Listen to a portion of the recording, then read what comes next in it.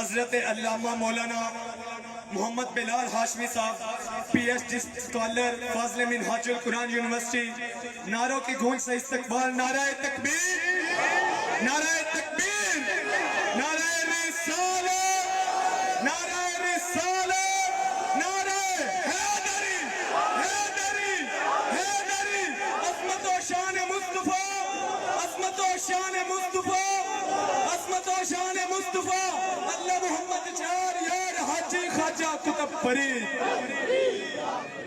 اور خطاب کے بعد محفل سما ہوگی جناب بلال ہاشمی صاحب۔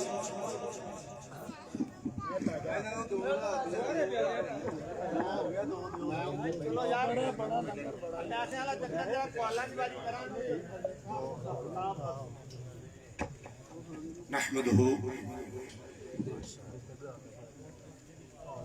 ونصلي ونسلم على سيدنا ومولانا محمد النبي الأمي وعلى آله وصحبه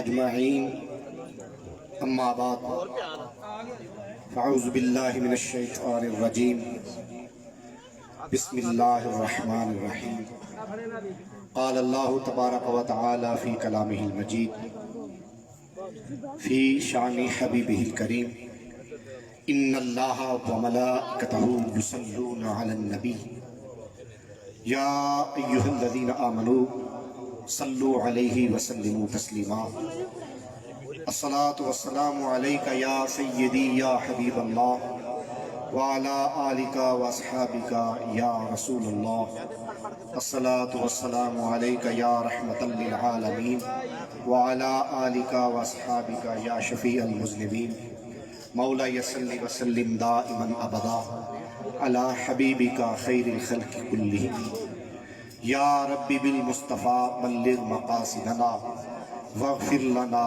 ما مضى يا واسع الكرم قال الله تبارك وتعالى في كلامه المجيد قال يا أيها الملأ أيكم يأتيني بعرشها قبل أن يأتوني مسلمين قال إفريت من الجن أنا آتيك به قبل أن تقوم من مقامك وإني عليه لقوي أمين صدق الله مولانا العظيم وصدق رسوله النبي الكريم۔ نہایت ہی واجب الاحترام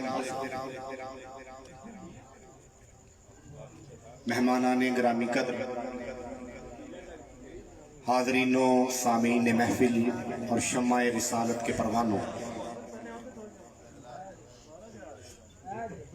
سٹیج پر جلوہ افروز محترم المقام جناب صاحبزادہ سید محسن رضا شیرازی شاہ صاحب دامت برکاتہ العالی، اور جن کے عرس کی اس عظیم الشان محفل میں ہم حاضر ہیں، صاحبزادہ پیر سید غلام کبریا شیرازی رحمۃ اللہ تعالی علیہ، اور منتظمین محفل بالخصوص صاحبزادہ اون محمد شیرازی، اور باقی سب کے نام مجھے مستحضر نہیں ہیں۔ سید معز محمد شیرازی، اور بھی اگر میں کسی کا نام نہ لے سکوں تو پیش کی معذرت، اور اس کے علاوہ جتنے بھی حاضرین و سامعین ہیں، عزیزان گرامی، میں ایک حقیقت بیان کرنا چاہتا ہوں قبل اس کے کہ میں اپنا خطاب شروع کروں۔ خدا کی عزت کی قسم، اولیاء کے دامن سے وابستہ رہنا، پیوستہ رہنا، منسلک رہنا، متصل رہنا، جڑے رہنا، دنیا و ما فیہا کی ساری نعمتوں سے بڑی افضل اور اعلیٰ نعمت، سب سے عظیم نعمت ہے۔ میں ایک بات علی وجہ البصیرت بتانا چاہتا ہوں، علی الاعلان بتانا چاہتا ہوں، دو ٹوک بتانا چاہتا ہوں، واشگاف الفاظ میں بتانا چاہتا ہوں کہ مدرسوں میں پڑھنے سے، کالجز میں پڑھنے سے، سکولز میں پڑھنے سے، یونیورسٹیز میں پڑھنے سے، جامعات میں پڑھنے سے، بڑے بڑے اعلیٰ قسم کے اداروں میں پڑھنے سے ایمان کی قندیلیں فروزہ، منور اور تاباں نہیں ہوتی، بجھتی چلی جاتی ہیں۔ اگر ایمان کی قندیل اور نور ایمان کو بڑھانا چاہتے ہو تو خدا کی عزت کی قسم اولیاء کے قدموں میں آ کر بیٹھ جاؤ، دنیا بھی سنور جائے گی، آخرت بھی سنور جائے گی۔ اور میں آج جتنی دیر بھی اس آستانے کے مریدین کی، متوسلین کی محفل میں بیٹھا، خدا کی عزت کی قسم ایک لمحہ بھی مجھے ایسا میسر نہیں آیا کہ جس میں مجھے یہ ذرہ برابر بھی احساس ہوا ہو کہ میں بے ذوق لوگوں کی محفل میں بیٹھا ہوں۔ نہیں، ایک سے ایک بڑھ کر محبت کرنے والا اور جان نچھاور کرنے والا نظر آیا۔ اللہ تعالیٰ آپ کے اس ذوق کو، اس شوق کو سلامت رکھے، اللہ تعالیٰ آپ کی محبتوں کو سلامت رکھے، اللہ تعالیٰ آپ کی چاہتوں کو سلامت رکھے، اور اللہ تعالیٰ ہم سب کا اولیاء کی بارگاہ کے ساتھ، اللہ کے نیک بندوں بزرگوں کی بارگاہ کے ساتھ دنیا اور آخرت میں تعلق مضبوط سے مضبوط تر بنائے، کیونکہ ان کا بہت اعلیٰ مقام ہے۔ وہ کسی شاعر نے کیا خوب کہا کہ چاہیں تو اشاروں سے اپنے کایا ہی پلٹ دے دنیا کی، یہ حال ہے خدمت گاروں کا، سرکار کا عالم کیا ہوگا، یہ حال ہے خدمت گاروں کا، سرکار کا عالم کیا ہوگا۔ میں نے قرآن پاک کی آیہ مقدسہ سورۃ النمل میں سے ایک تلاوت کی، دو آیات تلاوت کی۔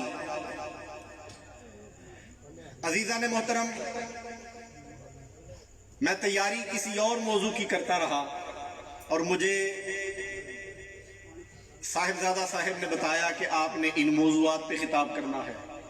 پھر میں نے ایک دو دن پہلے ان موضوعات کے حوالے سے اپنا ذہن بنایا، اور میں آپ احباب کے سامنے، اہل دل کے سامنے، متوسلین کے سامنے، مریدین کے سامنے جو باتیں کروں گا، میں قرآن و سنت کے اوپر مبنی باتیں کروں گا، کوئی خود ساختہ وضع کی ہوئی کوئی بات نہیں کروں گا، قرآن کی بات کروں گا، اور قرآن کی ایک ایک آیت سے عقیدہ اہل سنت کو ثابت کروں گا۔ عقیدہ اہل سنت والجماعت کوئی وضع کردہ عقیدہ نہیں ہے، کوئی فیبریکیٹڈ گھڑا ہوا عقیدہ نہیں ہے۔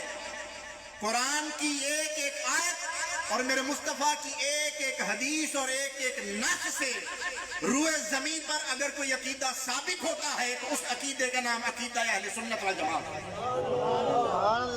وہ عقیدہ اہل سنت والجماعت ہے۔ میں ذرا چشم تصور میں ہزاروں سال پہلے آپ کو حضرت سلیمان علیہ السلام کی بارگاہ میں لے کے جانا چاہتا ہوں۔ حضرت سلیمان علیہ السلام، بھائی میری بات غور سے سن رہے ہیں؟ وہ سن کر محفل میں بیٹھ کر آپ لوگ فیڈ اپ تو نہیں ہو گئے؟ سیدنا سلیمان علیہ السلام ان اولو العزم پیغمبروں میں سے ہیں، رسولوں میں سے ہیں کہ جن کو اللہ تعالیٰ نے حکومت بھی عطا کی، نبوت بھی عطا کی اور دولت بھی عطا کی۔ حکومت بھی، نبوت بھی، دولت بھی اور علم بھی عطا کیا۔ ان عظیم الشان پیغمبروں میں سے ہیں، اور ان کی حکمرانی انسانوں پر بھی تھی، جنات پر بھی تھی، چرند اور پرند پر بھی تھی، حشرات الارض پر بھی تھی، کیڑے مکوڑوں پر بھی تھی۔ ان کے جو امتی تھے ان کا یہ عالم تھا ان کی امتیوں کا یہ عالم تھا کہ ایک طرف ان کے امتیوں میں سے انسانوں کا گروہ بیٹھا ہوتا تھا منظم انداز میں، اور ایک طرف جنات کا گروہ بیٹھا ہوتا تھا، اور ایک طرف آسمانی کائنات میں پرندے ان کے مطیع اور فرما بردار تھے، اور جب دھوپ میں چلتے تو روایات میں آتا ہے کہ پرندے اپنے پروں کا سایہ کر کے ان کو چھاؤں دیتے تھے۔ پرندے اپنے پروں کا سایہ کر کے ان کو چھاؤں دیا کرتے تھے۔ ہوا یوں کہ پرندوں کی مجلس میں انہوں نے ایک مرتبہ دیکھا کہ سارے پرندے اور جنات مطیع اور فرما بردار بن کر حاضر ہیں۔ یہ میں کن کی بات کر رہا ہوں بلا؟ سلیمان علیہ السلام کی، حضرت سلیمان علیہ السلام کی، بنی اسرائیل کے پیغمبر ہیں۔ سارے پرندے موجود ہیں لیکن ہدہد نہیں ہے۔ یہ میں جو کچھ بیان کر رہا ہوں یہ قرآنی آیات میں سب کچھ موجود ہے، سورۃ النمل میں آپ مطالعہ کر سکتے ہیں۔ ہدہد نہیں ہے۔ ہدہد یہ بڑا ایک انجینئر قسم کا پرندہ ہے۔ سیدنا سلیمان علیہ السلام کو ہدہد پر وقتی طور پر غصہ آیا اور فرمانے لگے کہ میں اس کو یا تو ذبح کر دوں گا، اس پر بہت نالاں ہوئے، اس کو سخت سزا دوں گا یا ذبح کر دوں گا، الا یہ کہ مجھے اپنے موجود نہ ہونے کی کوئی معقول اطلاع دے۔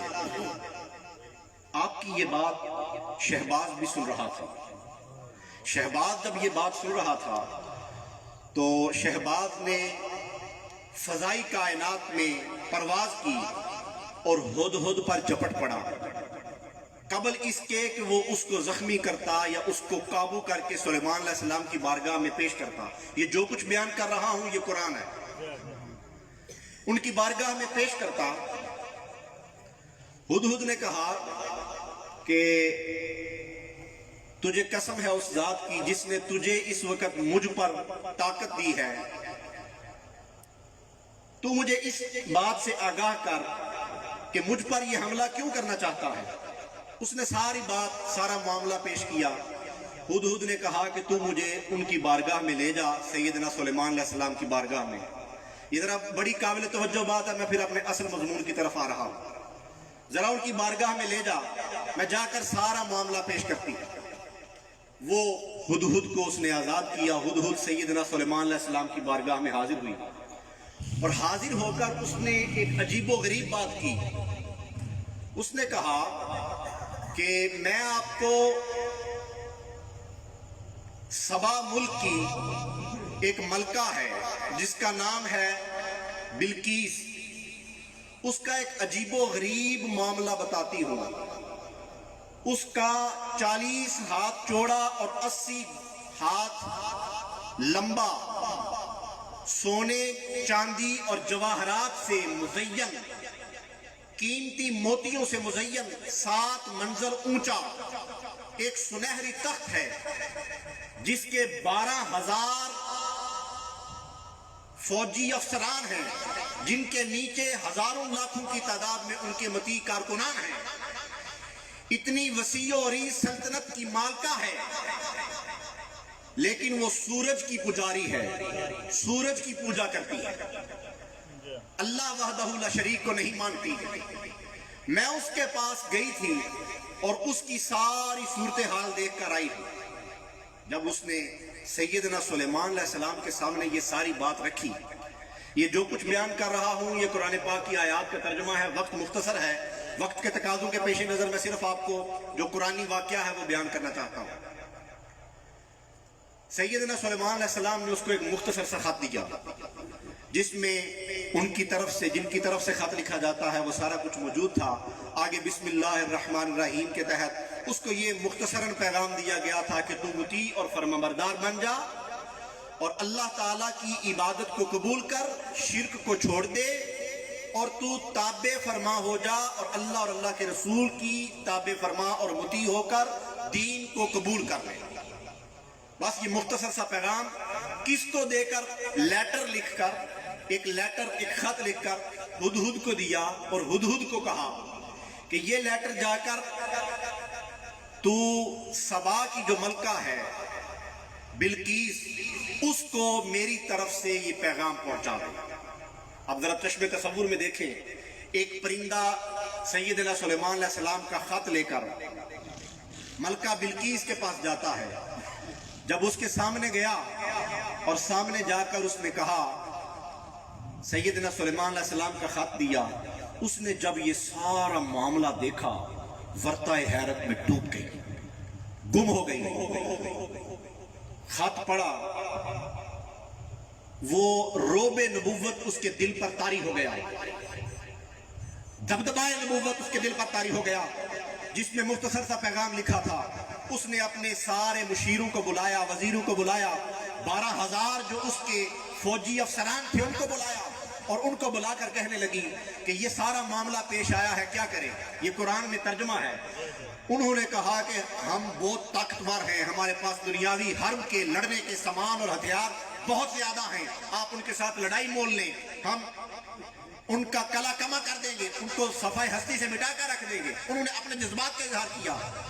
وہ بڑی دانا تھی ملکہ بلقیس، اس کا دل رب نے ایمان کے لیے شاید چن رکھا تھا، دانا تھی، سمجھدار تھی۔ اس نے کہا کہ پہلے تو میں اپنا ایک تحفہ بھیجتی ہوں۔ مفسرین روایات میں لکھا ہے، مختلف روایات ہیں، ایک روایت یہ ہے کہ اس نے سونے کی مرصع خوبصورت مزین ایک اینٹ، اس کو خوبصورت پیکنگ کر کے تحفے کے طور پر حضرت سلیمان علیہ السلام کے پاس بھیجی۔ کیسے بھیجی؟ بولیے، تحفے کے طور پر۔ آپ کو میں واقعہ سنا رہا ہوں، مولویانہ طرز سے ہٹ کر بیان ہے، مجھے مکمل احساس ہے، میں آہستہ آہستہ آپ کی سطح کے مطابق آ کر گفتگو کروں گا، لیکن ذرا اس واقعے کو اپنے ذہن میں رکھیں۔ یہ حضرت سلیمان علیہ السلام کے دور کا واقعہ ہے، جن کی جنات پر بھی حکومت ہے، انسانوں پر بھی ہے اور پرندوں پر بھی ہے، ہواؤں کو جن کے مسخر کر دیا گیا تھا، یہ ان کے دور کا واقعہ ہے۔ ذرا تصور میں لائیں، اس نے جب ایک تحفہ سونے کی اینٹ کا بھیجا، وہ آج کل کے دور کے پیمانوں کے مطابق 3 فرسخ 4-5 کلومیٹر کا فاصلہ کہہ رہے ہیں، اس کے دور کے مطابق وہ آدمی جب سونے کی اینٹ کا تحفہ لے کر حضرت سلیمان علیہ السلام کے پاس گیا، سلیمان علیہ السلام اس کے احوال سے باخبر تھے۔ اس کے پہنچنے سے قبل، حاضرین محترم ذرا تصور میں لائیے، اس کے پہنچنے سے قبل سیدنا سلیمان علیہ السلام نے ایک جن کو کہا، اپنے امتی جن کو کہا کہ 1000 سونے کی اینٹ، وہ ایک اینٹ سونے کی بڑے ناز و نعمت کے ساتھ لے کے آ رہا تھا۔ سیدنا سلیمان علیہ السلام نے جن کو کہا کہ 1000 سونے کی اینٹ کے ساتھ اور چاندی اور زیورات کے ساتھ اور موتیوں کے ساتھ تم اس کے آنے سے قبل میرے تخت کو مزین کر دو، تاکہ وہ یہ نہ سمجھے کہ یہ اللہ کا نبی کسی دنیاوی ناز و نعمت یا کسی دنیاوی دولت سے مرعوب ہونے والا ہے۔ اللہ کے نبی کی نگاہ میں دنیاوی ناز و نعمت اور دولت ذرہ برابر بھی کوئی اہمیت نہیں رکھتی۔ ہم فقط ایک چیز کا مطالبہ کرتے ہیں کہ جو بھی ہمارے سامنے مقابلہ کرنے کے لیے آ رہا ہے وہ اللہ اور اللہ کے دین کو قبول کر لے، اگر وہ نہیں قبول کرتا تو ہم اس کا کلا کما کر دیں گے، اس کو دنیا و مافیہا سے مٹا کر رکھ دیں گے۔ جب وہ سبا کا ملکہ بلقیس کا بھیجا ہوا شخص آیا، دیکھ کر حیرت زدہ رہ گیا، مروب ہو گیا کہ میں تو ایک اینٹ لے کے اس کو بڑے ناز و نعمت سے لے کے آ رہا تھا، یہاں 1000 سونے کی اینٹ سے حضرت سلیمان کا تخت مزین ہو چکا۔ میرے اشتراف بیان کرنے کی، میرے پیش کرنے کی، تحفہ پیش کرنے کی حیثیت کی کیا ہے؟ جب سارا معاملہ پیش آیا، سیدنا سلیمان علیہ السلام کے دربار کی وجاہت، سیدنا سلیمان علیہ السلام کے دربار کی عزت، سیدنا سلیمان علیہ السلام کے دربار کی شوکت، وجاہت، آن، وقار، روب، دبدبہ، شان، عظمت، رفت اور حیبت کو دیکھا، ان کی علو مرتبت کو دیکھا، دربار کی سجاوٹ کو دیکھا تو مرعوب ہو گیا، دہشت زدہ ہو گیا، مدہوش ہو گیا۔ جا کر ساری بات اس نے ملکہ بلقیس کو بتائی، اس کے دل پر بھی رب کائنات نے روب نبوت طاری کر دیا، اور اس کے دل پر یہ بات بیٹھ گئی کہ یہ کوئی دنیاوی شخص نہیں ہے، بلکہ دنیاوی شخص سے ماورا یہ کہ رب کائنات کی اعلیٰ اور عظمت نبوت کا حامی شخص ہے، جس کی نگاہ میں دنیا کی کوئی شے، دنیا کو کوئی مال، کوئی متاع، کوئی اہمیت نہیں رکھتا۔ پھر مختصراً عرض کرتا ہوں پھر کیا ہوا۔ اس نے کہا کہ چلو میں ان کے پاس خود حاضر ہوتی ہوں۔ اس نے حضرت سلیمان علیہ السلام کا جو لیٹر آیا تھا نا، اس کو عزت والا لیٹر کہہ کر، عزت والا خط کہہ کر بڑی محبت اور شان سے اپنے پاس محفوظ کیا، اور وہ اپنے درباریوں کو ساتھ لے کر، یہ واقعہ کب کا ہے؟ حضرت سلیمان علیہ السلام کا، اپنے درباریوں کو ساتھ لے کر جو ہزاروں کی تعداد میں تھے، خود بھی آئی اور مطیع اور فرما بردار ہو کر حضرت سلیمان علیہ السلام اور ان کے رب اللہ تعالیٰ کا دین قبول کرنے کے لیے ہزاروں کی تعداد میں اپنا لشکر لے کر حضرت سلیمان علیہ السلام کے پاس آ گئے۔ اب تقریباً وہ کتنا فاصلہ ہے؟ 900 یا 1000 میل کا فاصلہ ہے، جہاں سے سیدنا سلیمان علیہ السلام کا ابھی جو واقعہ عرض کرنے لگا ہوں یہ واقعہ پیش آیا۔ تقریباً کتنا فاصلہ ہے؟ 900 یا تقریباً 1000 میل کا فاصلہ ہے۔ اب وہ ابھی پہنچنے ہی والی تھی، کون بلا؟ ملکہ بلقیس، جو بہت مشہور و معروف حاکمہ تھی، اور ہر طرح کے جدید اور قدیم سامان، زیورات، سب کچھ اس کے پاس موجود تھا۔ ابھی وہ پہنچنے ہی والی تھی۔ حاضرین محترم ذرا متوجہ رہیے، سیدنا سلیمان علیہ السلام کے دربار میں ان کے امتی انسان بھی بیٹھے ہیں اور جنات بھی بیٹھے ہیں۔ کون کون بیٹھا ہے بھائی؟ یہ ذرا بول کر بتائیے، کون کون بیٹھا ہے؟ انسان بھی ہیں، جنات بھی ہیں، اور حشرات اور پرندے وہ تو سارے ان کے مطیع ہیں، ہواؤں کو ان کے مسخر کر دیا گیا، وہ بیٹھے ہیں۔ تو حضرت سلیمان علیہ السلام، ابھی قرآن پاک کی میں نے جو آیت مبارکہ پڑھی، سلیمان علیہ السلام اپنے درباریوں کو کہتے ہیں، اے دربار والو، قال یا ایھا الملأ ایکم یأتینی بعرشھا، کہ وہ ملکہ بلقیس جو مطیع اور فرما بردار ہو کر حضرت سلیمان کے پاس حاضر ہونے والی تھی، گزشتہ سارا واقعہ ذہن میں رکھنا، یہ قرآن ہے، مطیع اور فرما بردار ہو کر ان کے دین کو قبول کرنے والی تھی۔ اللہ اکبر۔ آپ اپنے درباریوں کو کہتے ہیں کہ کون ہے جو تم میں سے اس ملکہ کا تخت جو 40 ہاتھ چوڑا اور 80 ہاتھ لمبا تھا، 80 ہاتھ لمبا تھا، 7 منزلوں پر محیط تھا، سونے جواہرات سے لیس تھا، مزین تھا، کون ہے جو اس کا تخت میرے پاس لا دے؟ کون ہے جو اس کا تخت میرے پاس لا دے؟ بعرشھا قبل ان یاتونی مسلمین، اس سے قبل کہ وہ لوگ فرما بردار ہو کر میرے پاس آ جائیں۔ اب کیا ہوا؟ ذرا توجہ سے سننا حاضرین محترم۔ قال عفریت من الجن، ایک بڑا قوی ہے، مضبوط طاقت رکھنے والا جو جن تھا، اس نے کہا انا آتیک بہ قبل ان تقوم من مقامک، میں آپ کے پاس اس کا تخت جو 900 یا 1000 میل دور کھڑا ہے، میں آپ کے پاس وہ لا سکتا ہوں اس سے قبل کہ آپ اپنی جگہ سے کھڑے ہو جائیں۔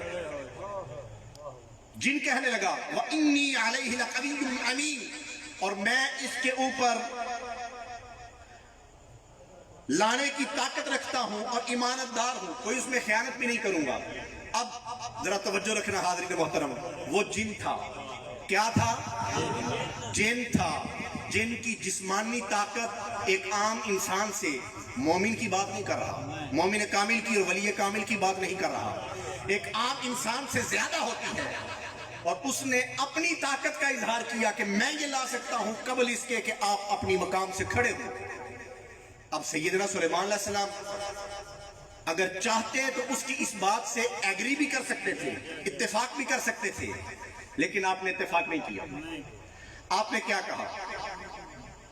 قال الذی عنده علم من الکتاب، پھر ایک اور شخص آپ کی امت میں سے، آصف بن برخیہ جس کا نام ہے، آصف نام تھا، برخیہ کا بچہ، بیٹا، اس کا نام تھا آصف، جس کے پاس علم لدنی تھا، جس کے پاس علم اور معرفت کا علم تھا جو عامل بالکتاب تھا. قرآن کہتا ہے اندہ علم من الکتابی. اس نے کیا کہا؟ جو انسان تھا اس نے کہا انا آتی کبھی قبل ان یرتد الیک طرفک. اس نے کہا کہ میں اس کے تخت کو آپ کے پاس لا سکتا ہوں قبل اس کے کہ آپ کی نگاہ آپ کی طرف پلٹے. یعنی آپ پلک جھپکنے سے پہلے اس کا تخت جو 900 یا 1000 میل دور پڑا تھا اس کو آپ کے پاس لا سکتا ہوں. یہ کون کہہ رہا ہے؟ بھائی یاد کر لے، سنی ہے نا، سن کے ہم دوسرے کان سے نکال دیتے ہیں. ابھی میں اسے عقائد اہل سنت ثابت کروں گا. یہ کون کہہ رہا ہے؟ آصف بن برقیہ. بولیے کون کہہ رہا ہے؟ جو نبی ہے؟ نہیں، وہ ولی ہے. وہ کیا ہے؟ اب اس بات پر میں آپ کو لانا چاہ رہا تھا، ساری بات اس لیے بتائی. بولیے آصف بن برقیہ کون ہے؟ بھائی سب بولے کون ہے؟ اور کن کی امت میں سے؟ حضرت سلیمان علیہ السلام کی امت میں سے. اور ولی اللہ ہے، عامل ہے، کتاب کا عامل ہے، ولی اللہ ہے. اس نے کہا کہ میں آپ کی پلک جھپکنے سے پہلے اس کا تخت آپ کی بارگاہ میں لا کر حاضر کر سکتا ہوں. پھر کیا ہوا؟ فلما رآہ مستقرا عنده قال هذا من فضل ربی. جب آپ نے اپنی نگاہ دوڑائی، اس کی بات سے اتفاق کیا. پلک ذرا جھپکے کتنی دیر لگتی ہے؟ 1 سیکنڈ بھی نہیں لگتا، 1 لمحہ بھی نہیں لگتا. آپ کی تصورات سے بالا، خیالات سے بالا.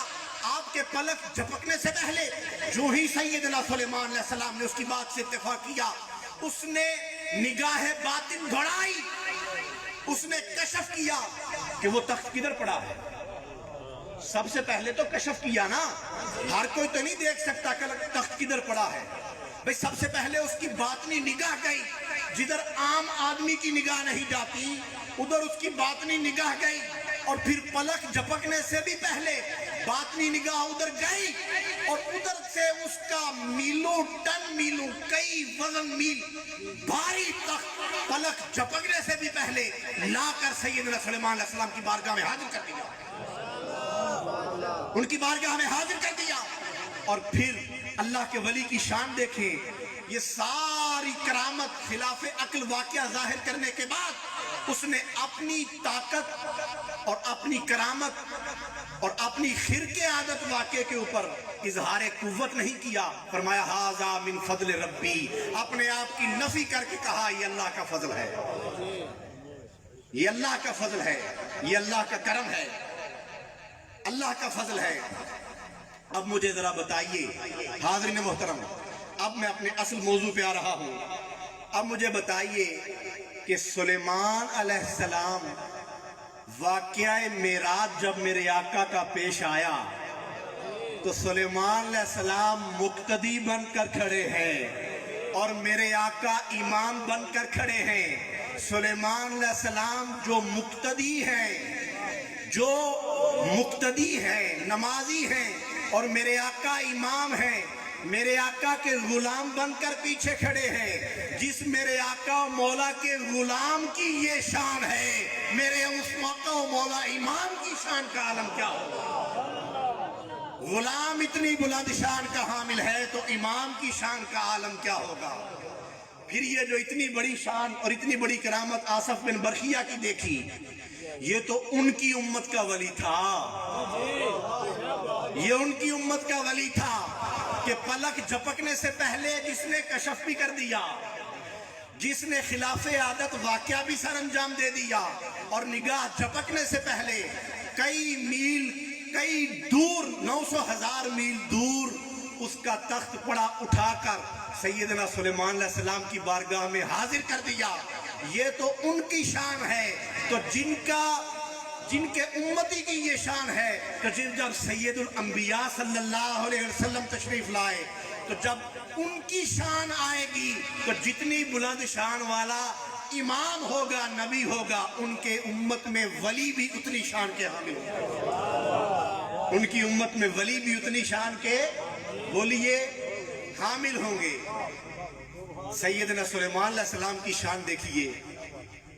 ایک چیونٹی، کیا حاضرین محترم؟ چیونٹی. ہم اس کو کیا اہمیت دیتے ہیں؟ عامت الناس میں، عام لوگوں میں، اولیاء اللہ کی تو بات درکنار، ہم اس کو کیا اہمیت دیتے ہیں چیونٹی کو؟ نارمل سی ایک حشرات الارض میں سے ایک انسیکٹ، ایک کیڑا سمجھتے ہیں، نتھنگ ایلس۔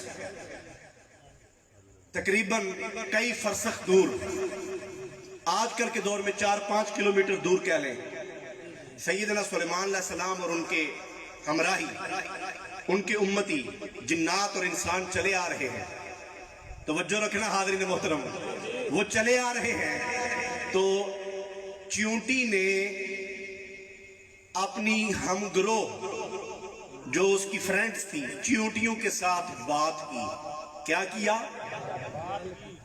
چیونٹی کی زبان نہیں ہوتی، چیونٹی کی جو ناک ہے اس کے آگے 2 بال نما باریک سی 2 چیزیں لگی ہوتی ہیں، وہ ان بال نما چیزوں کو آپس میں رگڑتی ہے تو وہاں سے ایک ارتعاش پیدا ہوتا ہے، ایک ساؤنڈ پیدا ہوتی ہے۔ اس آواز سے وہ اپنی چیونٹیاں جو سہیلیاں ہیں ان تک جو بات کنوے کرنا چاہے وہ کرتی ہے۔ چیونٹی کے بات کرنے کا، کنوے کرنے کا یہ طریقہ کار ہے۔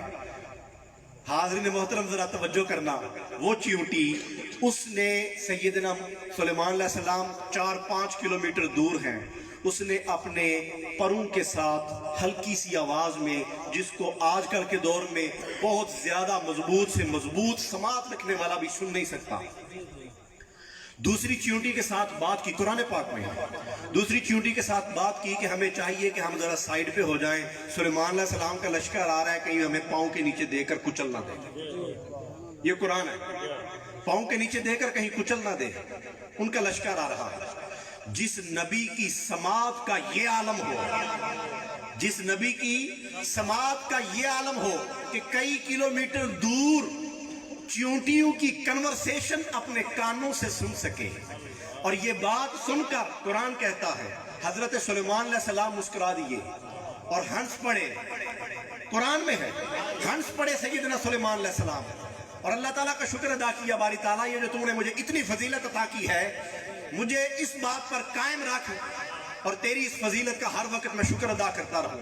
حاضرین محترم ذرا توجہ کرنا، جس نبی کی شان کا یہ عالم ہو کہ کئی کلومیٹر دور وہ چیونٹیوں کی آپس میں کی جانے والی آواز کو اپنے کانوں سے سن سکے اور پھر مسکرائے، تو مسکرا کر اللہ رب العزت کی شان اور عظمت کا اظہار کرے، جس نبی کی شان کا یہ عالم ہو، اور پھر ہم اگر یہ عقیدہ رکھیں کہ ہم یہاں سے پکاریں وہ مدینے سنیں، میرے آقا کی سماعت پہ لاکھوں سلام، پھر یہ عقیدہ کیسے غلط ہو سکتا ہے؟ ارے جدید دور کے ملا، تیرا تو دماغ ہی کام نہیں کرتا، جو میرے مصطفیٰ کی عظمتوں کے اوپر، جو میرے مصطفیٰ کی رفتوں کے اوپر، جو میرے مصطفیٰ کی شان کے اوپر، جو میرے مصطفیٰ کے مقام کے اوپر، جو میرے مصطفیٰ کی عظمت اور رفت کے اوپر تو خرافات بولتا ہے، تو ایک لمحے کے لیے سورۃ النمل کا مطالعہ کر لے، میرے مصطفیٰ کی شان پر اٹھنے والے ہر اعتراض کا تجھے اسی صورت میں جواب مل جائے۔ نعرہ تکبیر، نعرہ رسالت، نعرہ حیدری، نعرہ تحقیق، نعرہ غوثیہ، اللہ محمد چار یار حبیب خواجہ قطب فرید۔